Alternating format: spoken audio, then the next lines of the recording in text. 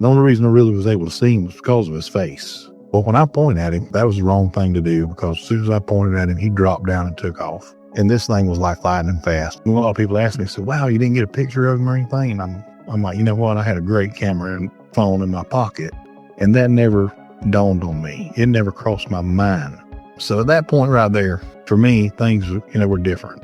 Because when you see one of these things, it changes things for you. You come to a realization that this is real.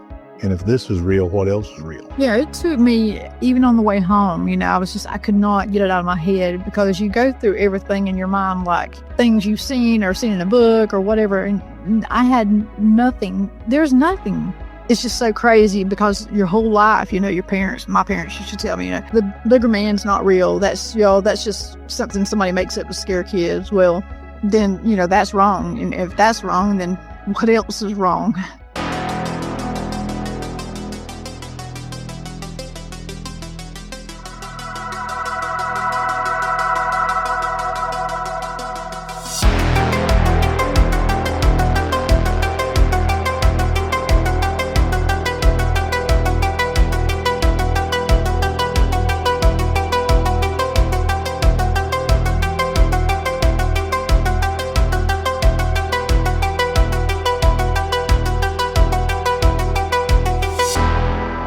To welcome Scott and Sheila to the show.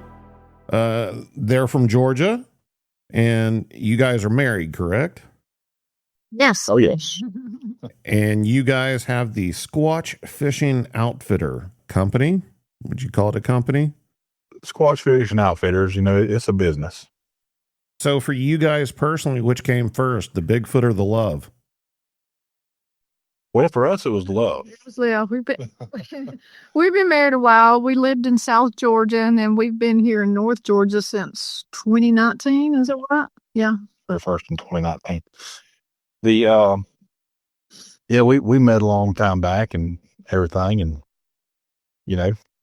jumped over that broom. He didn't have a clue about anything Bigfoot, and I had him watch Legend of Boggy Creek one night, because that's my favorite movie, and we watched that, and who knew? We moved up here to North Georgia, and it started from there. So you're the one that started it all. That's what he accuses me of, anyway. She drugged me into all this, and she, she asked me about it and everything, and I sat down one day and I told her, I said, you know what? You've known me for a long time, and I have hunted and fished these river bottoms and swamps all my life, and I truly have. I mean, if it was out there to hunt or fish for, I've pretty much done it.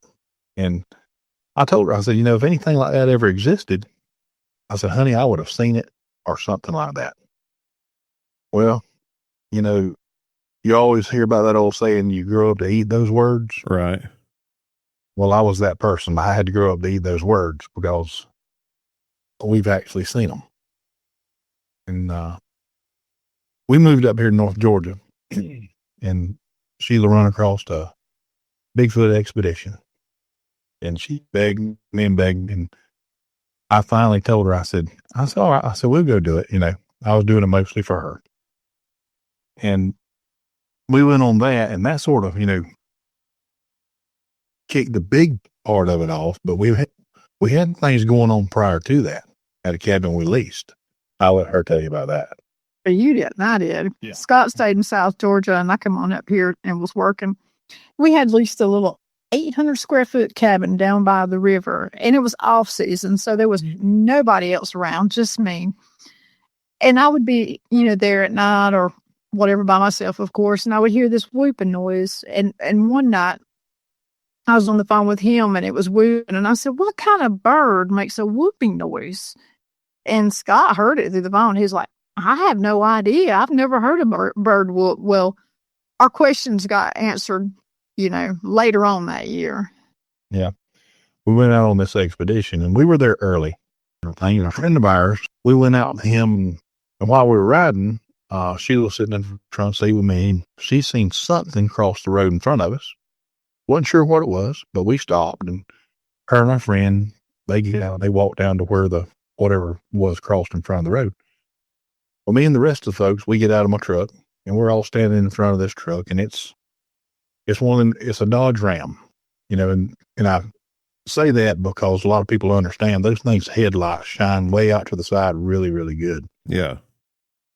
We're standing in front of my truck, we're talking, and we all of a sudden hear a whoop about 10, 15 yards from us. We all snatch around, to look at the direction it come from. And there was a young lady standing there with me. Her eyes were about as big as saucers. She said, "Did you hear that?" I said, "Of course I heard that." So, that went on, and we're looking as hard as we can to see anything, and never could see anything. So we ease on up to the top of the mountain there, and we're parked up there and listening. And our friend and a couple of people, they went down a trail for a little bit, and me and Sheila were sitting there, just kind of kicked back, listening and watching what's going on. And we had something extremely heavy, walking around that plateau area up there we was on. And our friend, he had set a telephone up on my hood of my truck, had the recorder going. And this thing is walking around us, and it's, getting more to the front of my truck.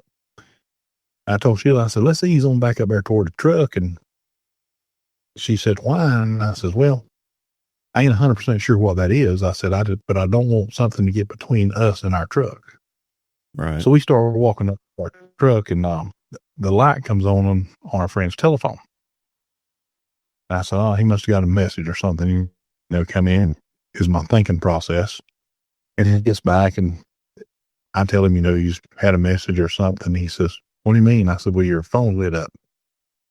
He says, "Well, it don't light up if a message comes through or anything. You have to touch it to make it light up." And he played with it. They got us to send him a message and stuff, and showed us that you actually have to touch that phone to make it light up. Huh. Yeah. And a little bit later on, he replayed the recording, and right as the point come to where the phone lit up, you could hear heavy breathing on this phone. Wow. Now this is a Ram 4-wheel drive, and it's leveled out and everything. So the hood's pretty high, and the phone's sitting in the middle of the hood. And so we're thinking about things then, but we're like, well, there may be a little something to all this. Yeah. And time goes on with us and everything. We stay going with this particular group. Well, no, he's not telling you about the best part. The best part, we got back to camp that night, and we were sleeping in this small little tent. This is our first time going. We've learned everything the hard way, so we were sleeping in there, and you could hear something come down. It was on two legs. There's no doubt in my mind about that. I mean, because the footfalls were very, very heavy, and it come up towards our tent. And earlier that night, we had cooked bacon before we'd went out, so obviously that scent was in the air. And I'm whispering over there. I said, Scott, he says, I hear it. And I'm here to tell you, whatever it was had to be huge, because it let out like an exasperated, like that, If that thing had reached out there and touched that tent, I would have ran with the tent and everything. And it turned on, and went back the way it come. And that was like, from that point on, I think, I know I was totally hooked. And I was getting to that point, on the hook part a little bit. And when she was telling you how that it exasperated, it exhaled, I've heard black bears do that a lot, and it wasn't no black bear. Black bear doesn't have that kind of lung capacity, and it's, for anyone that has never heard it, it's super hard to try to describe. I mean, you kind of got to sort of feel like a big truck tire that you stabbed a massive hole in the side of it, that exhale of wind coming out of that tire. If you can imagine that, you'll be getting close to it. Yeah, people usually get hung up on the sound, but it's just the volume of air being moved. Yes, exactly. You realize that whatever this is has a massive lung capacity larger than anything I've encountered before. And that's the part that's hard to get across to folks. It is. And when you're trying to describe something like that, it's, the big truck tires, the only way I know to try to describe it, to get someone's imagination to the point of where, wow, that's a lot of wind. That's a lot of air. And anyway, so we like I said, we continue going on with this group and checking it out for them. We're doing a lot of scouting for them and different things. And that was pretty neat. You know, we were having a big time with that. And the fatal day come up where Sheila actually had her first sighting. And I'll let her tell you all about that. Okay. We were actually in Georgia. That's where we were. It was right around lunch that day. We went out scouting, looking for new places to go camping. Beautiful day. It was September. So not a whole lot of foliage on the trees still. You know, you could see pretty good. And I'll tell everybody this. I usually carry in the woods mainly for hogs. I'm terrified of wild hogs. That day I didn't have anything on me, and I didn't even have my cell phone on me. Because, you know, I just wasn't expecting anything. It was just me, Scott, and our friend. So we were going to go up a ridge, and I thought they were right behind me. You know, I went on up while I had momentum. I get to the top, and they're down there looking at a tree that something had been grabbing, like reaching its hand around and pulling itself up. And I get to the top, and I'm looking over the ridge down there. It's a pretty good ways up where our cars are and some dirt roads and, you know, just enjoying the view. I hear something. That's the only reason I looked that direction. And I heard something. And I don't know if you've ever heard like the clicking sound they make, you know, with their tongues. I think that's what it was. And I took a step back and I looked about to my 4 o'clock, and it was about 25 yards away. But when you look and you see the tree, you know, you're looking at it. So it's just so unbelievable. I can't explain it. I know I'm looking at something, but my mind's thinking, what is that? It was behind a tree, and it had both hands around the tree. The left shoulder was on the left side of the tree. The right shoulder was on the right side of the tree. The biggest thing that stood out is it had no neck. It looked like it had on like I call a cinnamon color fur coat. I'm looking at it. It's looking at me, you know, and I say, Scott, because like I say, I thought they were coming on up, and he hollered. They were still down the ridge.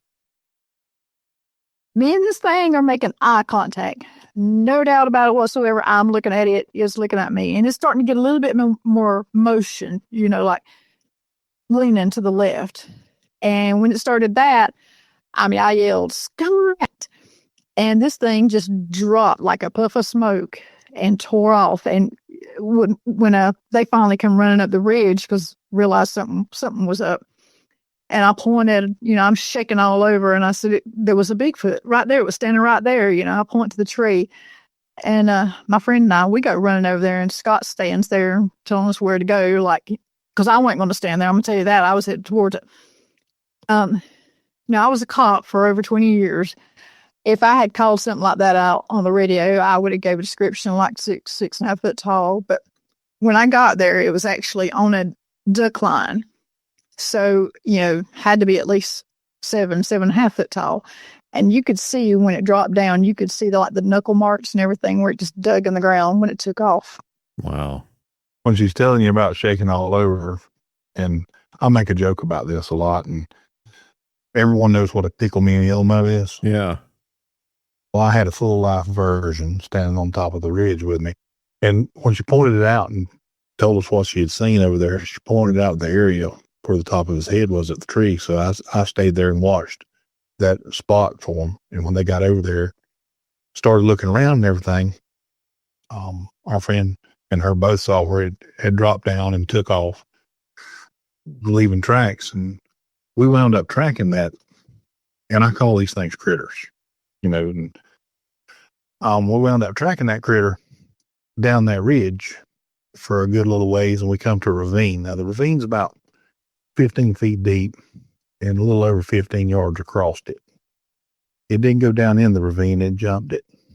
We seen where it, you know, left from our side and landed on the other side. And just, cleared it with ease. So we get back up around the tree area where it was standing at and looking at Sheila. And while all this was going on with him and her, it left a little present there. I shouldn't say little present. It was a huge present. Huh. Big scat right there. That we actually have pictures of it and things, and that enormous is like an understatement. Yeah, if it had been like really cold outside, it would have still been steaming. I have no doubt whatsoever. Oh yeah, no doubt, no doubt. So we get her, settled down and everything, and we continue looking around for this critter where you could have went, and wound up leaving out that evening. And our whole reason for being up there is we were scouting for an upcoming expedition. About 2 weeks later, when the expedition is getting ready to start, we're there real early, and we're all down in our camp area, and one of our friends that was there, he hollered to me, he told me there was something moving up on that ridge. And so I'm standing beside my truck, and I start scanning the ridge, and I saw it standing up there just between two trees, looking back at our friend. And I told him, I said, I see him. And he said, what is it? And I said, okay. And he starts easing over to me. And I'm trying to direct him where to look to be able to see this critter. And I've got a great view of him the whole time. He's between two trees, a little bit of ground foliage, almost up to his knees, and he's standing kind of in the open to me.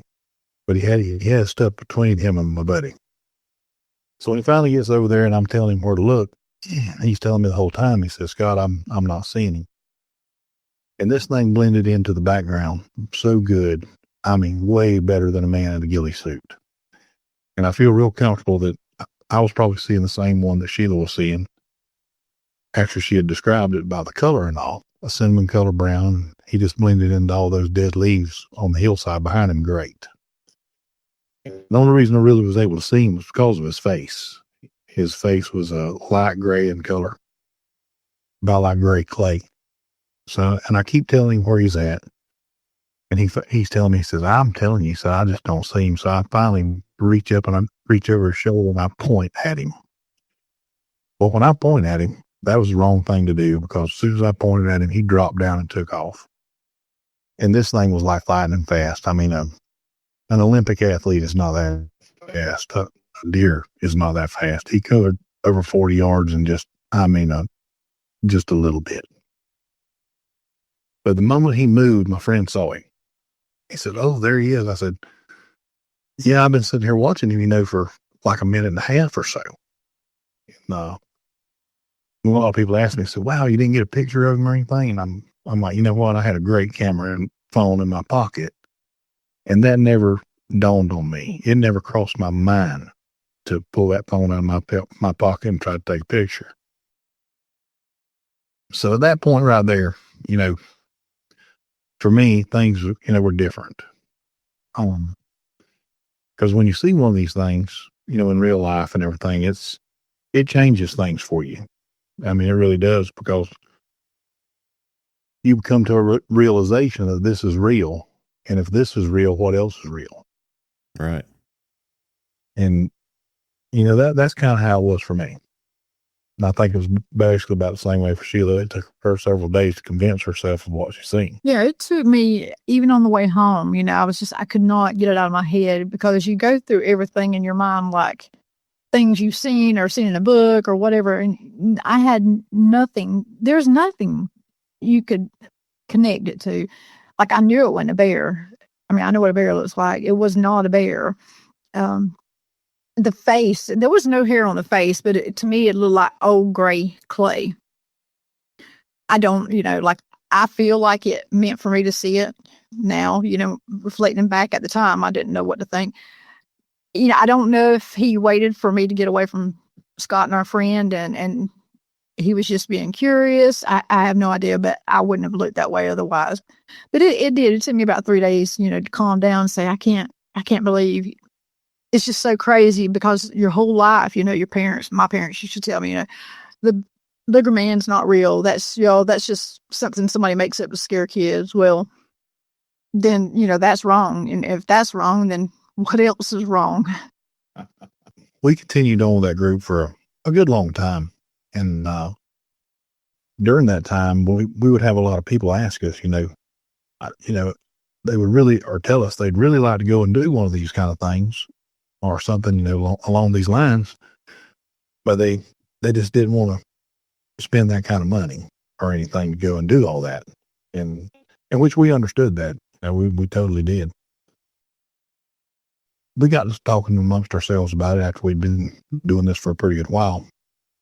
And I told Sheila, I said, it seems to me that we could actually do this, where it could be affordable for anybody that wanted to do it to be able to do it.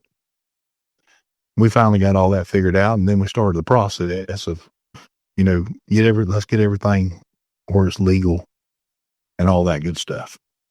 So we started in with the insurance, the permits, all the things that go along with that. And it took us about 1.5 years to get all the permits and everything done and get everything straightened out that way and everything before we finally ever got started up. It was some trying times about permits and all that too.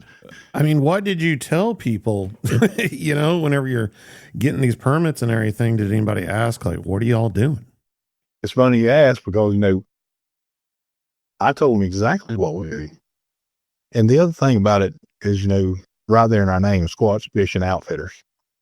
I'm a fly fishing guide here also. And where I take people that have never held a fly rod in their life. I teach them to cast it, teach them to work with it. And then I get them fishing on these small streams. And I've taught people from my 8-year-old grandson to gentlemen that are way on up there in their age. And for somebody to catch that first fish on a fly rod. They're all little kids at that point. They really are. And I get a lot of enjoyment out of that. I really do. Because I'm a member of a disabled veterans group called Project Healing Waters. And I just can't say enough about that group right there. They're the ones that got me into fly fishing. And me teaching other people how to do it and things like that. The art of it and everything, that's my way of giving a little bit back. And, because I'm going to do it anyway and I enjoy it. What gave you the idea to combine those two worlds, though? Well, there's a lot of trout fishermen that have Bigfoot sightings. There's been a lot reported here, like in Helen and then, all around North Georgia. And then Scott has the trout fishing and he's retired. So he wanted to do that. And we knew we wanted to do Bigfoot expedition. So I was like, we're getting federal permits anyway. So why not combine the two? Squatch fishing. There you go. When we decided to combine the two, then it was to come up with a name. So we're kicking around some ideas and everything about names and everything for the business and all that. And Sheila turns around and looks at me and rattles off Squatch fishing. And it's stuck. It's been that ever since.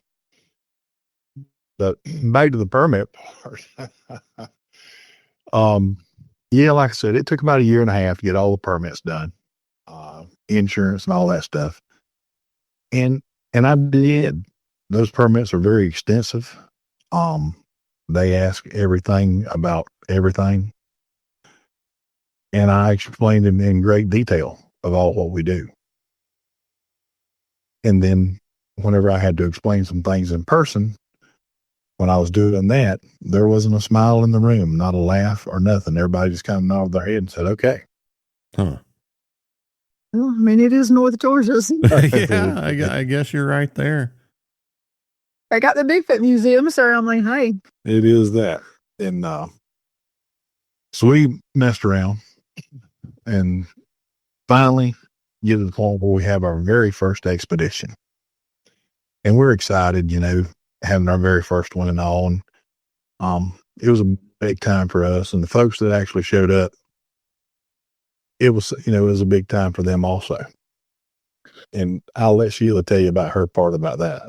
Yeah, our first expedition, we were just terrified. We didn't, obviously the first time, how it was going to go, what we needed to do, blah, blah, blah. So we were just kind of winging it. But we couldn't have asked for more activity that weekend. It was perfect. The first night we went out, we have a base camp. Then we drive a little bit to where we're going to go. We take, 2 or 3 vehicles, usually our Jeeps or something. And in my group, we sit around a fire. We built a fire that night. There was only one male in our group. And the rest were females. There was like 5 or 6 females, maybe. And I mean, it's so dark you can't hardly see your hand in front of your face. And the beautiful night, though, other than that. And then all of a sudden, the rocks start getting tossed out of the wood line. They're not coming from like the sky down. They're getting tossed out of the wood line. And everybody's eyes get huge. It said, especially the male that's in the group. He looked at me. He said, "Did you see that?" I said, "Yeah." "Did you notice they're all getting thrown at you?" So he was a little bit unnerved. They obviously didn't want him there. Keep the females, get rid. So that night was pretty intense. He actually seen an orb that night, and a couple of people, when we went to leave, heard a growl. So everybody was just ecstatic with that, the other things that were going on. The second night of that expedition, we went down to where Scott and his group had been the night before, and we'll have a sitting group around the fire, and then we'll have a group that just hikes off a little bit. That night, it was just crazy. We started having little rocks thrown at us again, and I promise you, where we're at, there's not a human out there, and bears can't throw rocks that I know of. And I know I'm going to get, people's going to think I'm crazy for this, but I had a slingshot. So I take the slingshot. When they throw a rock, I throw a rock, not the direction the little rock come from. I throw it in another direction. And then it would be about 15, 20 seconds later, here would come another rock.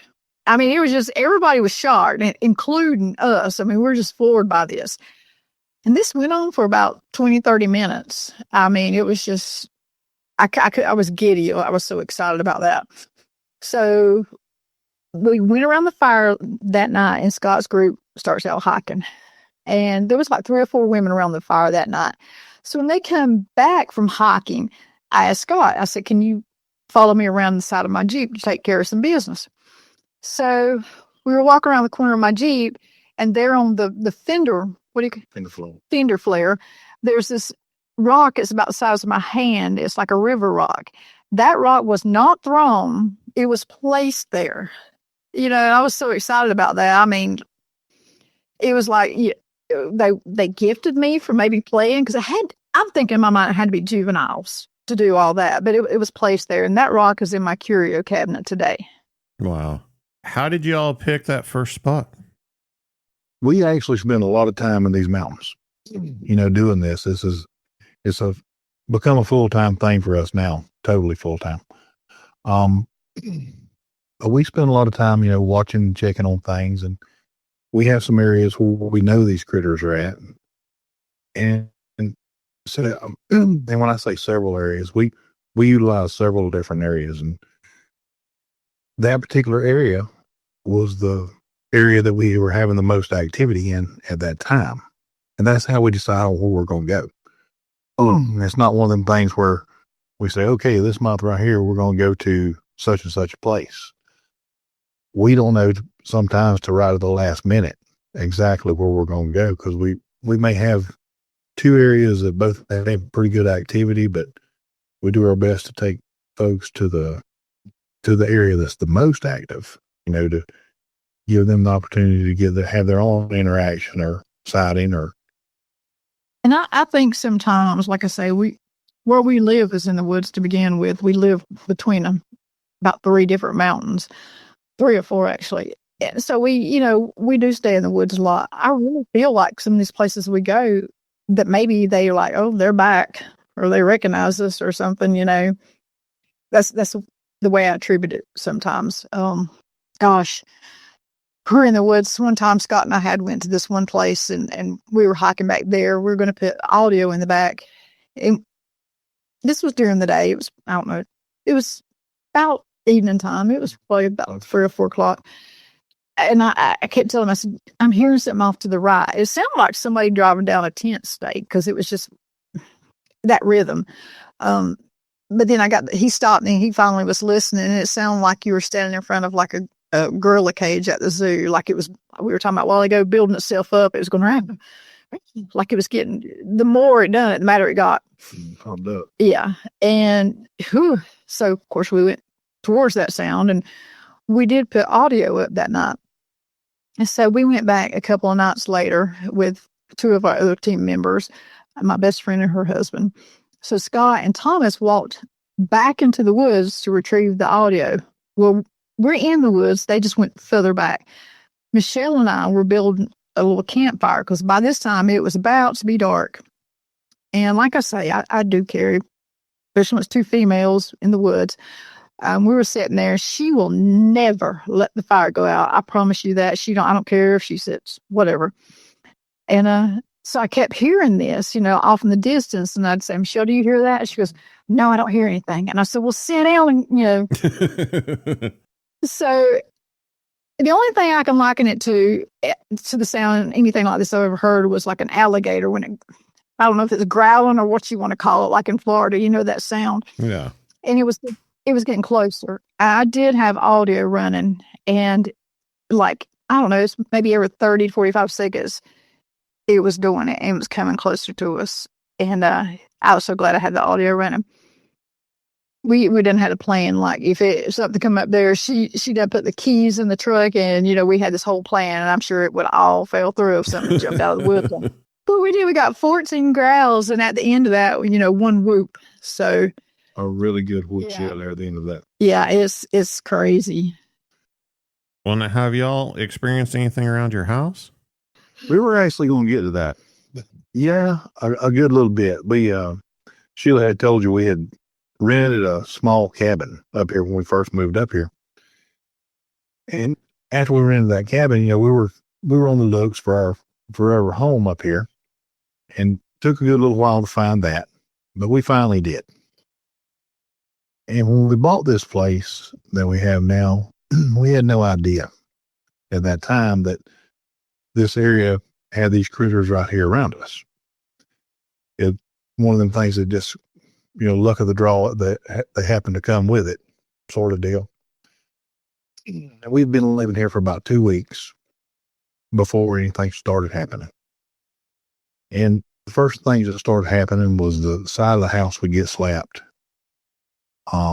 Our gas tank, which sits right out behind the house, it would get slapped, that big propane tank. And that's a really unique sound when that thing gets slapped. Our meter box, there's something about that meter box that they dearly love because they love to slap that thing. And we were telling some people about that, especially about the meter box, because that was kind of funny to me. And one guy asked me, he says, is that one of the type meters they can remotely read? And I said, yeah, actually it is. He said, well, it puts off a frequency, and which made some sense. It made good sense. Yeah. Once he said that. And, but the one big kicker that has happened is our lights. We have floodlights, dual-headed floodlights on all four corners of the house. Well, initially, they were all just on a switch. You had to turn the switch on for the light to come on. And I went to flip the lights on one evening. I can't even remember why I was flipping the lights on. I was going outside, I know that. But I went to flip the lights on, the lights didn't come on. And I said, well, dang, done blew the light bulbs right there and everything. And I'm walking to get my flashlight, and then it dawns on me. I said, that's kind of odd. Both those lights blow at the same time. I says, but no telling how long they've been in there. So the next day I give me 2 light bulbs, and it takes a 12-foot A-frame ladder to get to these lights. So I shimmy on up the ladder and go change these lights, and I grab a hold of the first one, and it's loose. So I go to tighten it back up, and it took 4 quarter turns to tighten that light bulb up. One complete revolution. Yeah. And I reach over and I grab a hold of the other one. It's the same way, and it's the same way. 4 quarter turns to tighten it back up. I'm looking at these things. I'm looking at this house, and this house don't vibrate or anything like that, especially, to loosen up light bulbs. So I set my light bulbs down. I run down the ladder and run through the switch on, and the light bulbs come on. I'm kind of giggling to myself a little bit. Yeah. Yeah. So, somehow or another, these light bulbs have mysteriously loosened themselves up. All at the same time. So I leave the house right then, and I head on down to the local hardware store to get me 2 new sets of lights that have motion sensors on them. Get them all hooked up and, play with them, get them set like I want them. And that one particular light, we can actually see it when it comes on if we move the curtains a little bit laying in bed. So I'm laying there in bed that night, and I'm kind of, like a kid in a candy store at this point, because I'm waiting to see that light come on. And the first night it never did, and but it did the second night. And when the light come on the second night, I started giggling to myself. I said, well, got y'all. So time goes on, and I had another light set up. Now, Sheila's a hospice nurse now, and we're both retired law enforcement officers. And I had set a light up at the front, so when she pulled in some of her late evening outings with patients, she'd have good light out here and everything to walk to the back door. She pulled in one evening, come in, told me, she says, "Hey, that light did not come on." So I walk out there and look at it, and the infrared head, the motion detector head, had been pushed all the way up to where it touched the roof line right there of the house. And I'm looking at that thing, so I reach, and I can actually reach that one. So I reach over there and I get a hold to it, and I'm trying to pull it down. I can't move it. That thing has teeth, to lock that detection head in. I had to take that thing apart to move that head back where I want it and then re-put it back together. That's actually happened a couple of times where that head gets pushed straight up. And standing flat-footed on the ground, I can't reach it. I had to be standing on the back porch to be able to touch it. And we don't have anybody else around here that tall to be able to reach up there and touch that thing. This episode of Bigfoot Crossroads is sponsored by BetterHelp. The world of mental health and therapy has changed a lot over time. In today's age, where therapy is not only openly discussed, but oftentimes encouraged by our peers, it's hard to think that at one point such things would lead to rumors of witchcraft and demonic possession. While the stigmas associated with mental health and treatment have come a long way since just 10 to 20 years ago, there's still a lot of room for improvement. Over a quarter of people surveyed said they avoid seeking mental health support out of fear of being judged for it. Oftentimes we forget or choose to ignore that by not seeking the help we need, not only does it take its toll on us, but impacts the people around us as well. During Mental Health Awareness Month, we should encourage everyone to take care of their well-being and break down those remaining stigmas. The world is a better place when people are healthy and happy. When I was younger, I struggled with my own depression, but it took years for me to actually talk to someone about it. I didn't want people to think differently about me, and honestly went through some really dark times that I didn't really need to because of it. Sometimes therapy is just a way to learn coping skills and how to set those personal boundaries in a helpful and positive way. A resource that empowers you to be the best version of yourself. For over 10 years, BetterHelp has matched people with the right therapist from a network of more than 30,000 licensed professionals with a wide range of specialties. And it's all online, which makes it affordable and convenient, and allows you to easily switch therapists at any time at no extra cost. We're all better with help. Visit betterhelp.com/BigfootPod today to get 10% off your first month. That's BetterHelp, HELP.com/BigfootPod. Now, back to the discussion. So it's story time.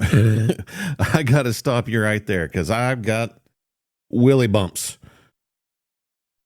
I've got an aunt that used to have a house in Missouri, in northern Missouri. And she knew that I was into Bigfoot stuff. She was cool with it and everything. She was kind of on the fence on whether they existed or not.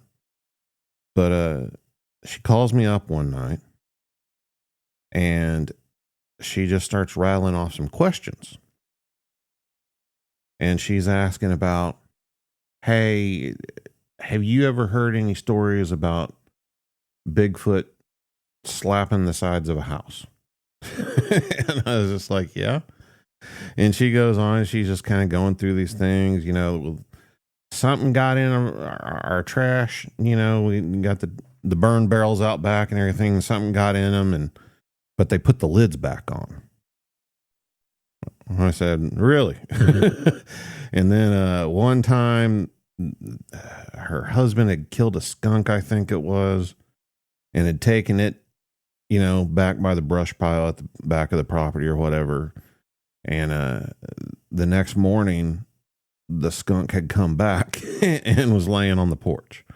Now, that could have just been a scavenger, but at the time, she was working as a bartender, and she would come home late at night, and on the back corner of the house, she had her husband install one of those motion lights, just like the one you're talking about.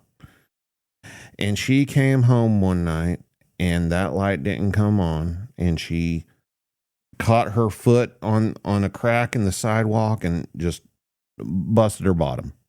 And she came in hot, all mad about it, cussing, her husband, you need to get out there and replace those light bulbs. I about broke my neck, all that. So he gets the ladder out the next day, and he goes up there, and the motion sensor is pushed and pointed up in the air on that motion light on the back of their house. And this is something that happened on several different occasions. We've actually had it happen twice here, of that one getting pushed up. How did the Bigfoot at your house in Georgia and the Bigfoot at her house in Missouri both learn how to do this?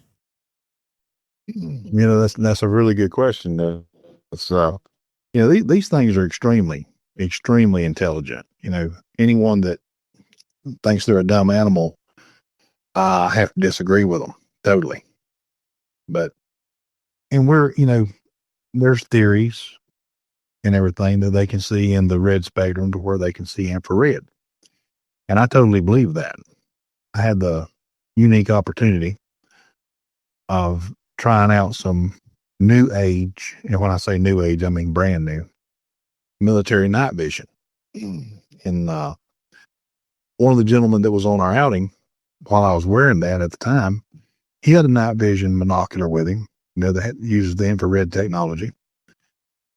And when he would look through the woods on that thing, I could look through this night vision, and I could see that red beam just like a flashlight beam. Yeah.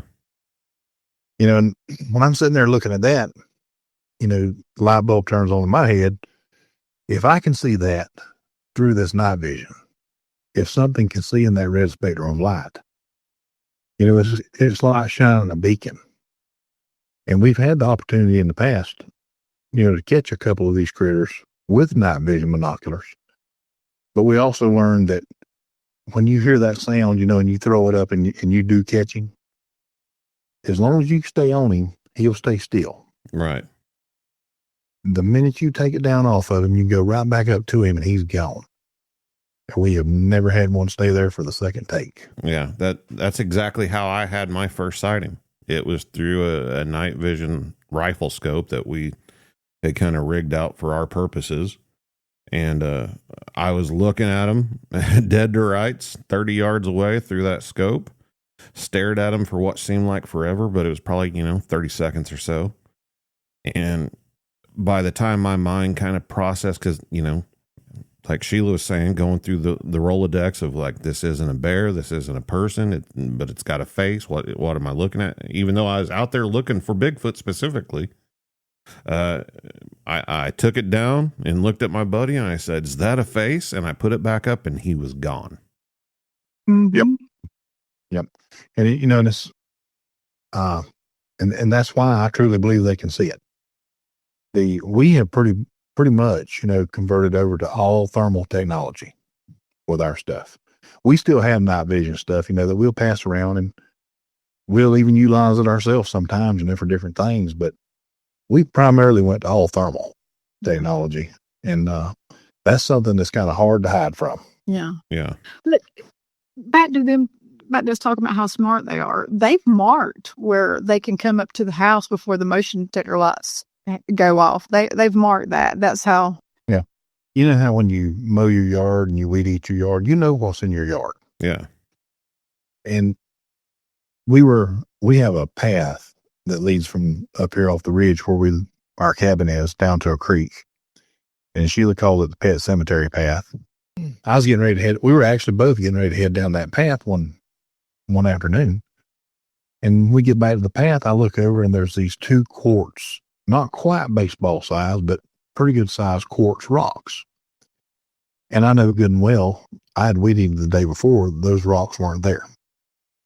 And I told Sheila about it, and we continue on what we're doing. And we're coming back up, and we're coming up the path. I'm looking at the location of those rocks, and I'm looking up at that light. And I told her, I said, I wonder. So we waited a little bit longer, and as dusk comes where we knew those lights would come on, we had walked back down that path, and we started coming back up. Right when I got to those rocks, the lights come on. Huh. So we're both looking at each other, we're kind of giggling at each other. And so I picked the rocks up, keeping the same distance apart, and move them about 3 foot closer to the house. So that night we're waiting, for the lights to come back on again. And it's like playing a game on certain things. And doing things like this right here, to me, is just like playing a game. But that evening, sure enough, them lights come on. I said, got y'all again. And it's, so we got a good chuckle about that. But for something to be smart enough to put something out to mark the distance that light turns on and off. Yeah. That takes some pretty good intelligence. Yeah. Yeah. Now I'm talking audio. We've got howls, you can hear the whoops, and then the coyotes will kick in. We were sitting by the fire ring in the front yard one night. I know exactly what time it was, 6:50, and right across the road it started. I mean, the whoop, and then the coyotes just howling, cutting loose. And Scott says, "Well, I'm going inside to get a gun." And I said, "Well, I'm sitting right here." And it went on several times that night. That's how it happens here. We've had, they were putting in our little, what do you call that thing? Garage. Oh, your carport or whatever. And there's so funny. These 2 little Hispanic guys. One spoke English, one didn't. They were putting it up. They were sweet as they could be, but it started. The howling started. And one looked at Scott and, what do you ask him? The one that didn't speak real good English, he knew certain English words that we all say whenever we get to hear one of these things. And we have a little statue of Bigfoot out at the back door area. And I looked down and pointed at that statue. And the one that did speak real good English, now, when this thing kicked off, and then another one on a different ridge kicked off. And they're looking at me, and he asked me, he said, "Do you mind if we come back and finish this in the morning?" I told him I didn't mind a bit. He says, "I don't know how y'all do it, because we don't want to be out here in these woods tonight." Because we don't live close to no town or anything. I mean, we live out. We live on a dead end dirt road, and there's 5 houses down this road, but you can't see each other's houses. So, I don't see my neighbors. They don't see me. And at the very end, and we've got a guy that lives down there. He's been out there for 24 years, and he's actually had a Bigfoot sighting on this road. And, it's funny because when he starts hearing stuff, he'll start texting Scott and tell Scott, go stand on the porch. Well, Scott went out there one night, and he started hearing stuff. And so he told me, he says, "Come out here for a minute." And I got him to stand on the front porch, and it started down there by the water behind the house. And I tell everybody, to me, it wasn't a howl or anything. It sounded like a war call. It's the only thing I can tell you it sounded like. It wasn't an animal I'd ever heard before. But, when you get that posturing like a scared rabbit, you just want to, you don't know what to do. You kind of squat down and freeze. And that's exactly how I felt. I mean, just the sound coming off of whatever it was had to be huge. And then about 15 seconds later, on the side, in the woods on the side of the house, another one come. So I don't know if they were fixing to have a battle or knockdown drag. I don't know what it was, but it was crazy. Yeah. Here around our place, it kicks off 2 times a year real good.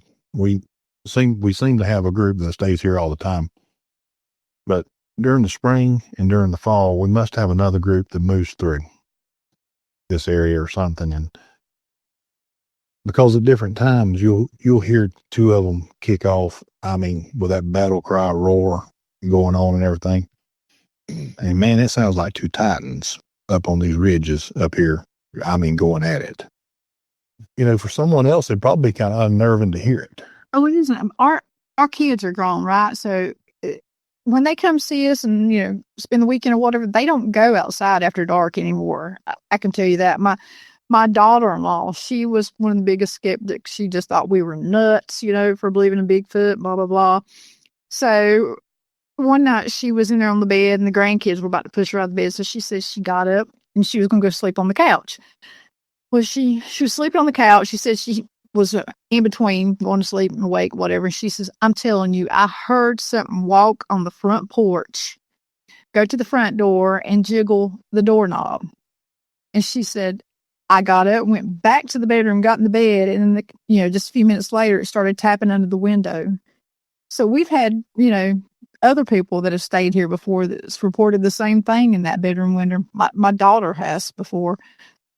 I tell you, I really think they see everything. Like when our grandkids are here, it seems to me like we might have a little bit more activity, you know, if it's during those springtime or fall activity kind of increases. But then another time, Scott was back and forth in Florida for a while, and he'd be gone a week or 2 weeks at a time, you know. They know when you're here at this house alone. Yeah. He was gone, and it was about 4:00 one morning, and I heard something out of the bedroom window. I've come to the realization is, if they want me, they gonna kick in that door, and they come in the house. Ain't nothing I can do about it. But I'm going back here and going to bed. They can just, you know, whatever's gonna happen is gonna happen anyway. But I heard something, which is not unusual. The next morning, I go out and check out behind where I heard it, right there at the bedroom window, and there's a huge track, one track right there.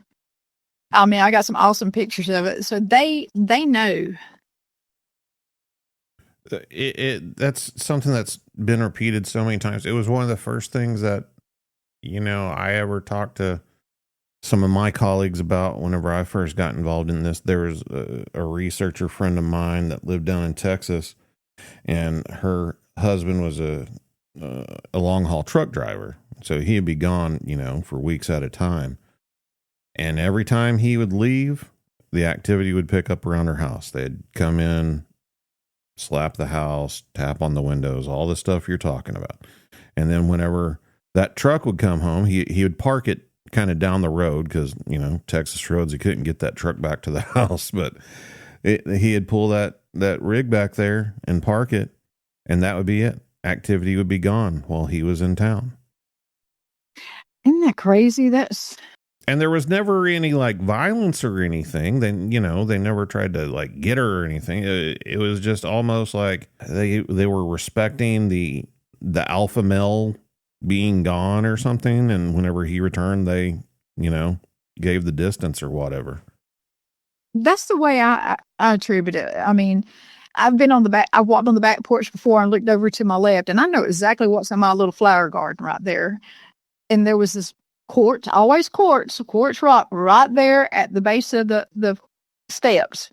And I looked at Scott and I said, did you put that there? And he says, nope. And I said, that wasn't there yesterday. So I see little stuff like that. I've never, except for the time I've heard those war cries, you know, I've never felt like, you know, it's going to kick in the door and come snatch me, because like I say, if there's nothing I can do if they want to do that anyway. Now, there are times, twice that I know of, us being in the woods, I can't say that. You know, we've been bluff charged. And then one night at a time we had a little 15-foot camper trailer. Yeah. I mean, you have to go outside and change your mind. And we weren't up there Bigfoot hunting that weekend. We went up there for a friend's birthday who wanted to go camping that weekend. So it was just, I think it was like six of us out there. And we had been hearing all kind of stuff. I mean, the whooping, and it was crazy that night, to the point where we put a jar of peanut butter behind one of the campers on a stump back there. And before we went to bed, I said, well, let's go back there and check and see if that's still there. Well, of course it wasn't. It was gone. So we were, you know, thought that was pretty cool. Something come up there and got the peanut butter. And we went to bed about 2:30 that morning. And Scott's a big guy.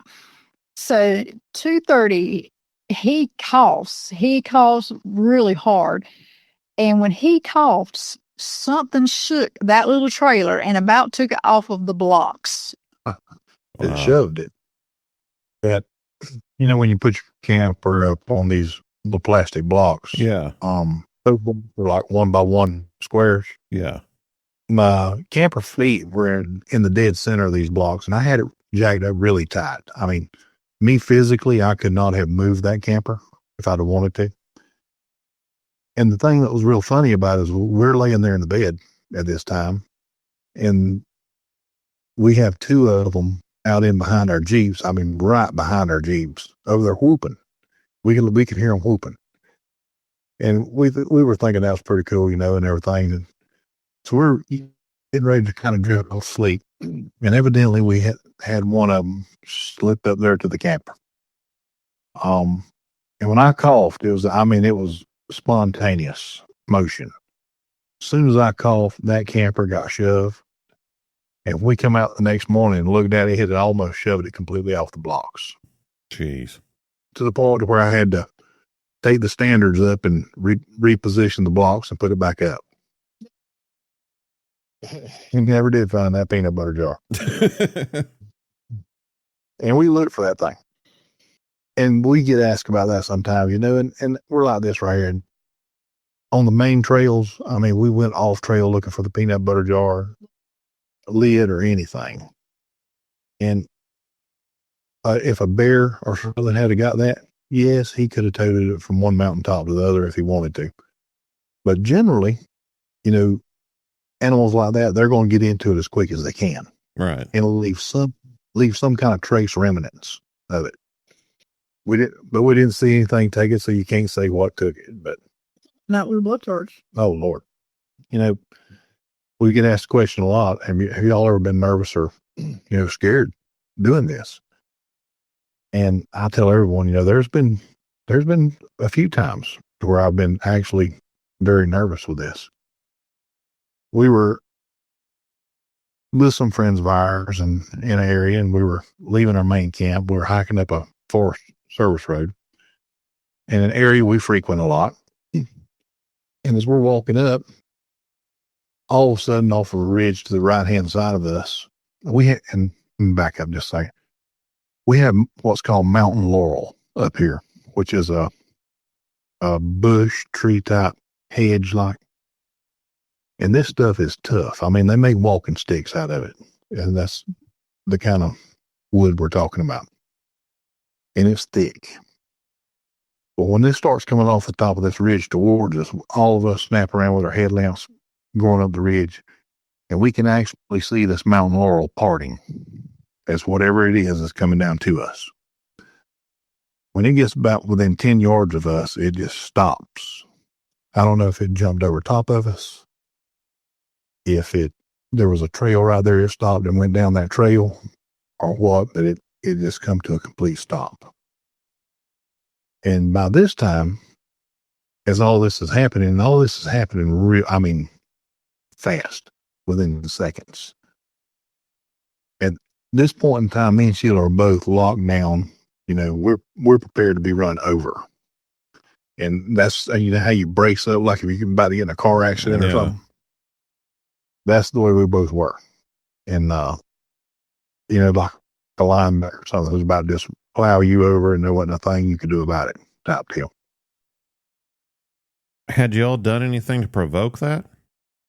No, not a bit. Walk down the road. Just walk down the road at that point. And after all this happens, our friends say, well, we need to go on up here to this field where we're going to head to. And I'm thinking to myself, we need to head on back toward that camp. And they're, no, come on, it'll be all right. I said, fellas, y'all know we got to walk back through here. And they finally talked me into going with them. I reluctantly went. And so we come back, with no more incidents happening that particular evening. And we had one other occasion when there was several of us camping together, just out camping, doing a little scouting and stuff. We started having tree knocks happen around our camp. Just outside of the light of the camp. And we had at least 3 different critters knocking on trees out around us. And they weren't lightly knocking. They were hitting semi-home runs when they were knocking on these trees.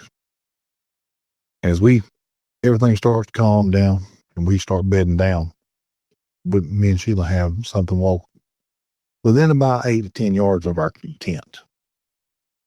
And what was unique about the walking, you've seen Jurassic Park where the water shakes on the truck when T-Rex walks from the concussions. If we'd had water sitting on a table in our camp, in our tent, we could have saw that same thing. You could feel it. That's my most favorite part, is when you're in a tent and you'll be in a dead sleep and all of a sudden you hear those footsteps and I'm wide awake then. I'm ready for action to see what's coming up there, you know. We were so excited one night. We were camping and we heard pots and pans and stuff flying everywhere, and I just shot out of that bed and unzipped it. I'm like, I'm fixing to catch you right here in the act. And it was a little bear on top of the table. I was kind of mad with that little bear. He took all the good stuff that night. All the junk food we let out.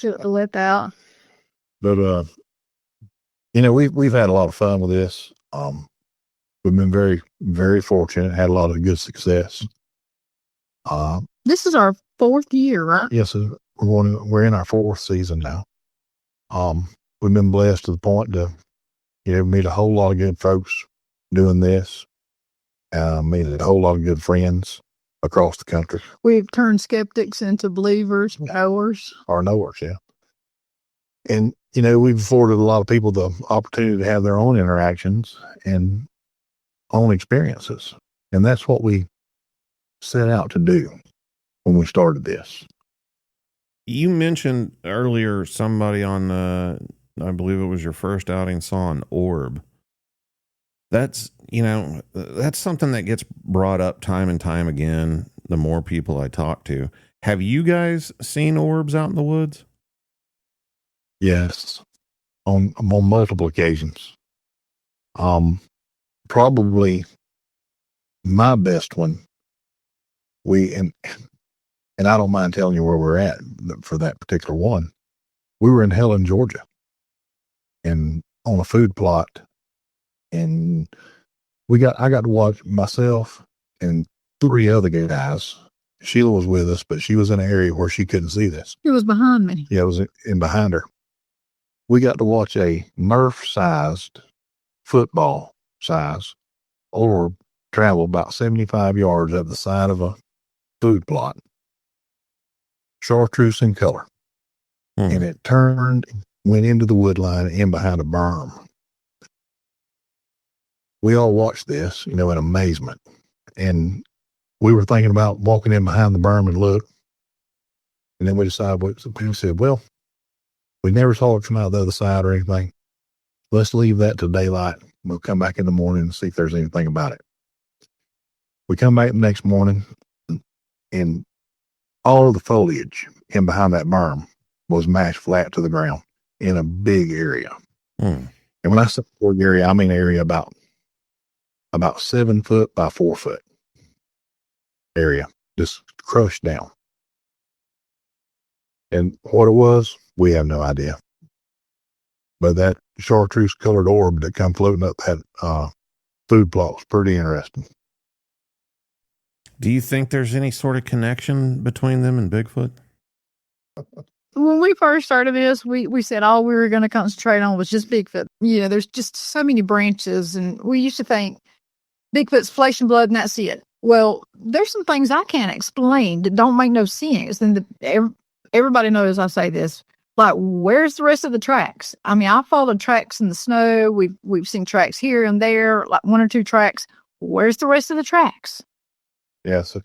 And when you're in snow and everything and you're following a track line and you followed this track line for a good little ways and then all of a sudden it just ends. But the timber and everything that you're around, I shouldn't even say timber, the trees that you're around are not big enough to support anything of any major weight. The tracks just disappear. That's one of those questions, that I would love to have the answers to. They're 100% no, the answer to. Yeah, I think there's a lot of way. There's a lot of, we thought we would have answers to questions, and what we've got now is just more questions. That is one funny thing about this whole thing. if you think you get about the time you think you get something figured out, it'll just cause you to have more questions, like what Sheila was saying. Yeah. And, you know, for us, and we're both the same on these type of things. For us, you know, to say this is something, or, you know, no doubt about this, we're sure about what we're saying. I get these girls mad with me all the time. They come to me one particular day, woke me up. I was taking a nap in a hammock. They were all excited. Come up here and show me this picture of this track. And the moment they showed it to me, I'm like, where in the world did y'all find this? Because it's probably one of the best looking tracks I've ever seen. And they start telling me, and they carry me over to it. And we get up there, and I get to studying on this track real hard. And I finally shake my head, and they say, what? I said, well, I hate to tell you all this, but that's not a track. And this thing was casting quality. Well, you know what I'm trying to describe to you. And they said, what do you mean this is not a track? And I had a bunch of women there wanting to whip me in the middle of the field. And I finally explained myself, and it was pig rooting is what it boiled down to be. And I showed them and explained to them, you know, why I was seeing what I was seeing and how I was coming to this. And once I did that, they saw it themselves and understood. But them little pigs had rooted out the best looking track that everyone, I mean, they really did. And if you just came across that, you know, and not studied on it, man, you'd be ready to break out the plaster. Yeah. Oh yeah. Yeah. It's, you know, we do our best to try to debunk everything. We do. And sometimes we can, a lot of times we can, you know, but sometimes you can't. And it doesn't make reason. Well, to me, that's the most exciting part, is that there is stuff you can't debunk. Right. It really is. You know, and like I had told you before, you know, I was the biggest skeptic in the world. And I was that guy that had hunted and fished in the rivers and river bottoms and swamps all my life. And once we got to doing this and started seeing some things and have things happen, I would reflect back on things that I had heard or seen, you know, during those times. And it dawned on me, I was like, you know, I've lived around this all my life and just now realized it. I kind of wanted to touch on that, since, you know, by your own admission, you were one of those guys, which I've talked to, you know, hundreds of those guys. What do you think was causing you not to notice these things beforehand? Well, some of the things I noticed, you know, I would hear things. I didn't know what they were. I just didn't believe in, you know, it was a Bigfoot. A thing called Bigfoot. And some of the strange things I would see in the woods, you know, like trees snapped off for no apparent reason, nothing had fell or anything like that. And some structures being built, different things like that in swamps.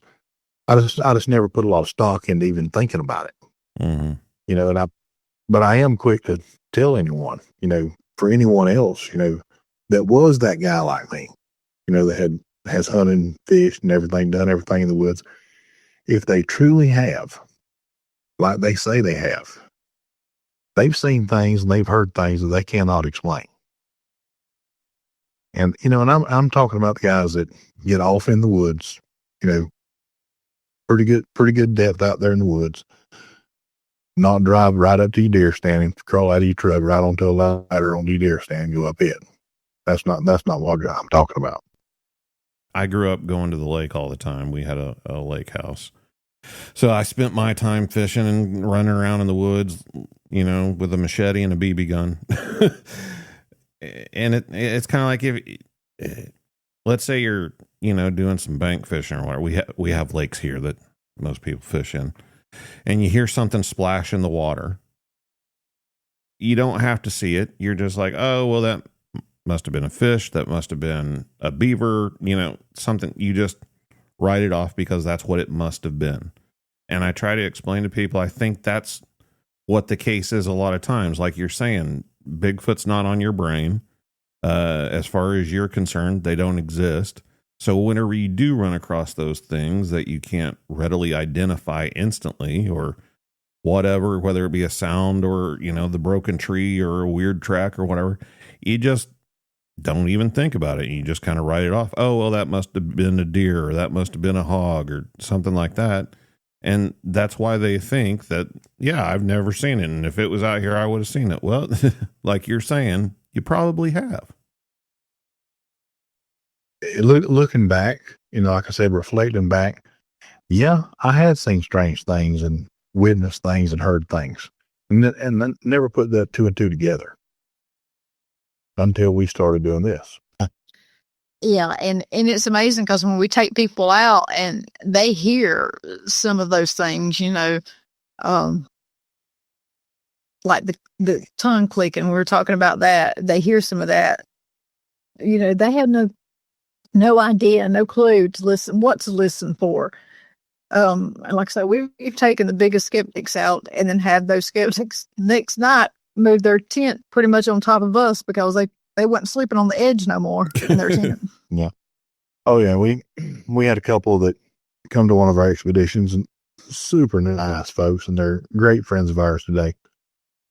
But when they first got there, they wanted to camp, way out to the side, by themselves and everything. And I tried to encourage them to get a little closer up around the campfire area with the rest of the tents and stuff, but they wanted to be over that way. So I figured they wanted their private times and all, and said, okay. Well, that particular evening, we're out on the trails and everything and had a fantastic outing. Both of those individuals got to see a critter on thermal vision that night. And they got to watch him do a few different things, and they were both, in amazement. And I'm ecstatic is more the word. But when we're hopping back out, we're wearing red headlamps, and for people that see those shows and everything, the red headlamp is for us. It's not for, because everything in the woods can still see it. Red just happens to be one of those colors. When we turn our headlamps off, we can still see. We still have our own night vision. If you're using a white light and you turn a white light off, you're not blind for a moment. And that's the reason for the red or green headlamps. But as we're coming back out, we have eye shine up ahead of us. And us with red headlamps on, that eye shine's red. And the guy that was with me, standing right beside me, he pointed that out to me, and I said, well, turn your headlamps off. I said, there might be some moisture up there on them leaves, that's reflecting this red light. So we turn our headlamps off, and we're watching, and we still have eye shine. So I reach in my pocket and get out a big white light, throw a big white light up on it. And sure enough, there's one standing down there at the edge of the trail. And when that white light gets on him, he takes off running. But when he takes off running, a rock comes flying right in front of me and this other individual and hits in the embankment right beside us. And the guy standing behind us, he walks up and picks the rock up. He says, there's that rock that flew in front of y'all. I seen it in my headlamp whenever it come across. Yeah, little things like that right there. And when the couple gets back to their tent that night, now they've already got to witness these things. So they're laying there in the tent, and you can just imagine how they're feeling. Yeah. Well, they have something walk up to the edge of their tent and let out that big exhale puff. And the way they described it was, this fella, he's about 6'4" or so. And whatever did this to him, they said had to be twice his size to have that kind of lung capacity. So that uneased them a little bit. And then a little bit later, they had one scream on the ridge right above their tent. So they left the tent, they walked back up to the fire pit area, and they stoked the fire at the fire pit area for the rest of the night. And so I told them, I said, why didn't y'all wake me up? Let me know. And they said, well, we really didn't want to bother anybody. And I'm laughing. I said, well, that's what I'm here for. Needless to say, that next morning we moved their tent for them up around where the other tents and everything were. And Sheila had looked at me and she says, they'll never come back. She said, after all that right there, they seen them last night. They had all that happen. They'll never come back. Well, they've been back on several. Yeah. Think there's been anybody that's not come back? No, pretty much we've had 100% return. I mean, we try to make the atmosphere like, of course you're with like-minded people, so you don't feel like you can't ask questions or talk about it, and people's going to look at you like you're crazy or whatever. Everybody sits around the campfire and introduces herself and talks about anything they want to, Bigfoot related or whatever. We eat good. I promise you that. That's one of the biggest things. And we have a good time. We go out doing our thing at night and people get excited, even if somebody else hears something or sees something or something we can't explain. Or, I mean, like, I think it was this third expedition we done and you had to catch. Oh, yeah. Catch one, because Scott always tells them, he says, whatever happens, don't run, because once you run, you become prey. But then again, if you see me or Sheila run, try to stay caught up. Yeah. And I actually had to physically catch one individual. That was a really unique night within itself. We went to the top edge of a mountain. And I had the group up there, and I had one individual that he was coming all the time, mainly because of his wife. She was dragging him to these things. And she was a believer. He was a big skeptic like I was in the beginning. But he had got him a nice little thermal vision, and he talked to me. He said, Scott. And I said, yeah. He says, I'm seeing something over here. And I actually had already saw it through mine. So I knew what he was seeing. I said, well, explain to me what you're seeing. So he goes to running it down, explaining it to me. He says, well, it's got both of his hands on this tree, kind of like wrapped around him. He says, and it's looking out one side towards us over here. He says, and this thing's shoulders are sticking out to both sides of the tree. I said, you just answered one of your own questions right now.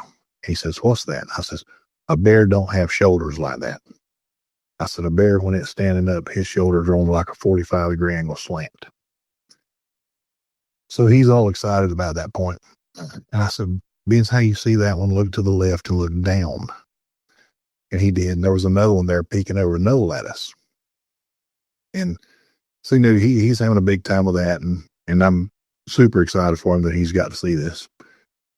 And his wife wasn't there to see that. And we told him later on that, he would be in a lot of trouble being how he didn't believe she did. And he got to see it first. Oh, yeah.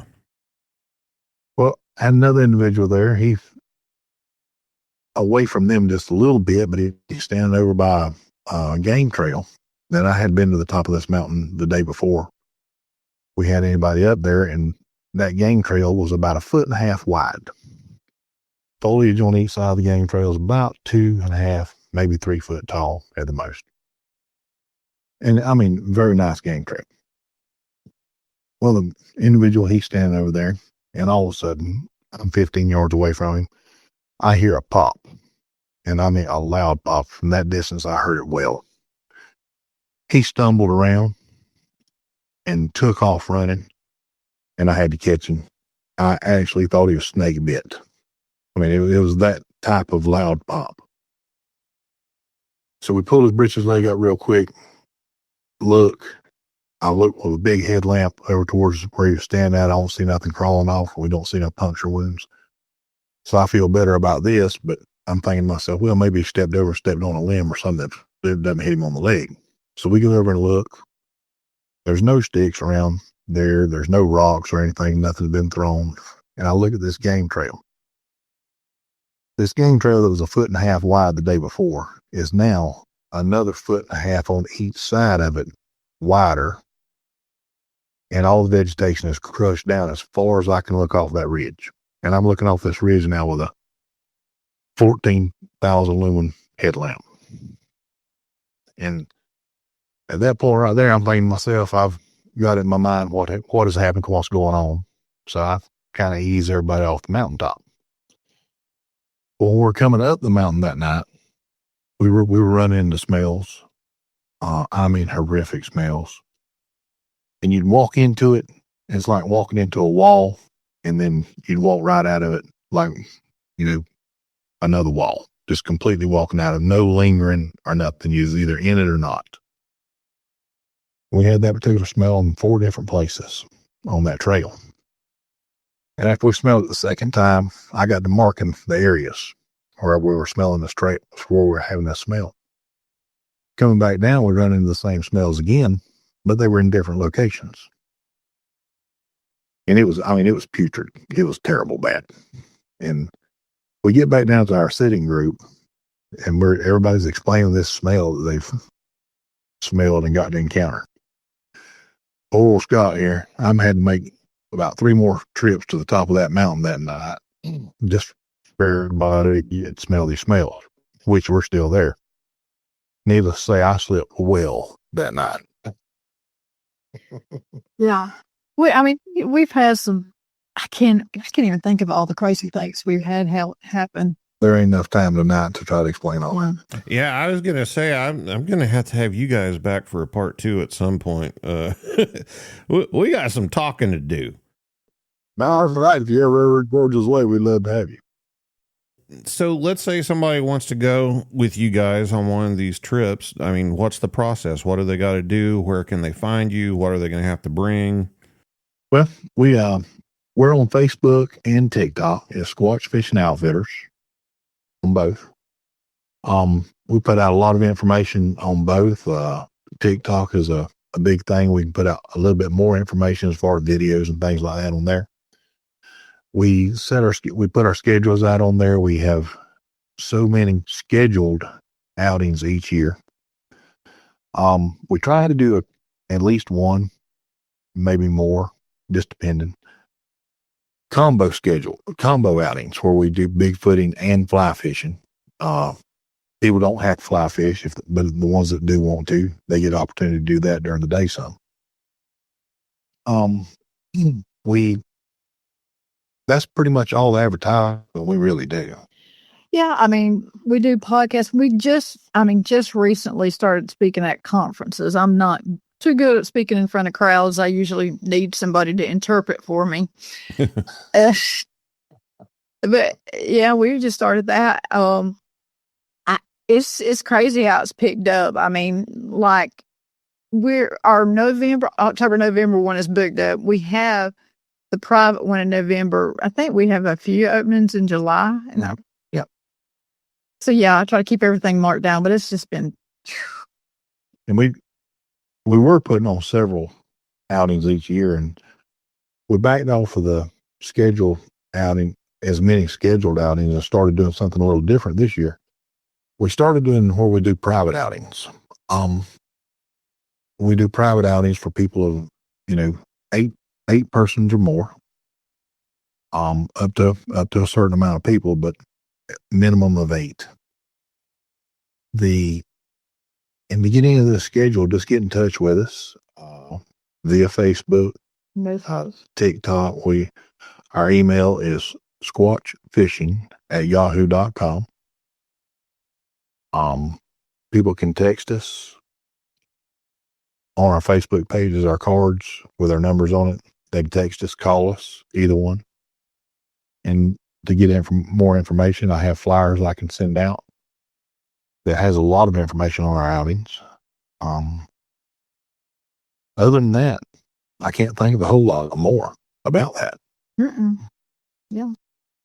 Well, guys, I appreciate you coming on here and sharing some of your stories with me. And like I said, I definitely want to have you back anytime, really. Anytime for sure. All right. Well, that'd be great. We'd love to. We'd love to, yeah. Thank you very much for having us and everything. And, we don't want to seem like we're, numb to the things that go on around us or anything like that. It's, it's just the fact that we actually do have so much stuff to do that does happen around us and everything. It's becoming like a normal to us. Yeah. And a lot of people, they'll do this on the weekends. They might get a chance to go do it once a month or something. We're in the woods doing this what we do anywhere from 3 to 5 days a week on average. Yeah.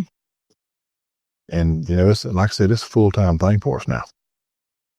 And if you'd like to share your story of your own encounter with Bigfoot or something else you can't explain, email me at bigfootcrossroads@gmail.com.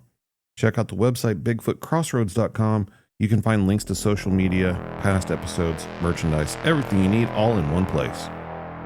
And until next time, remember, there's something in the woods.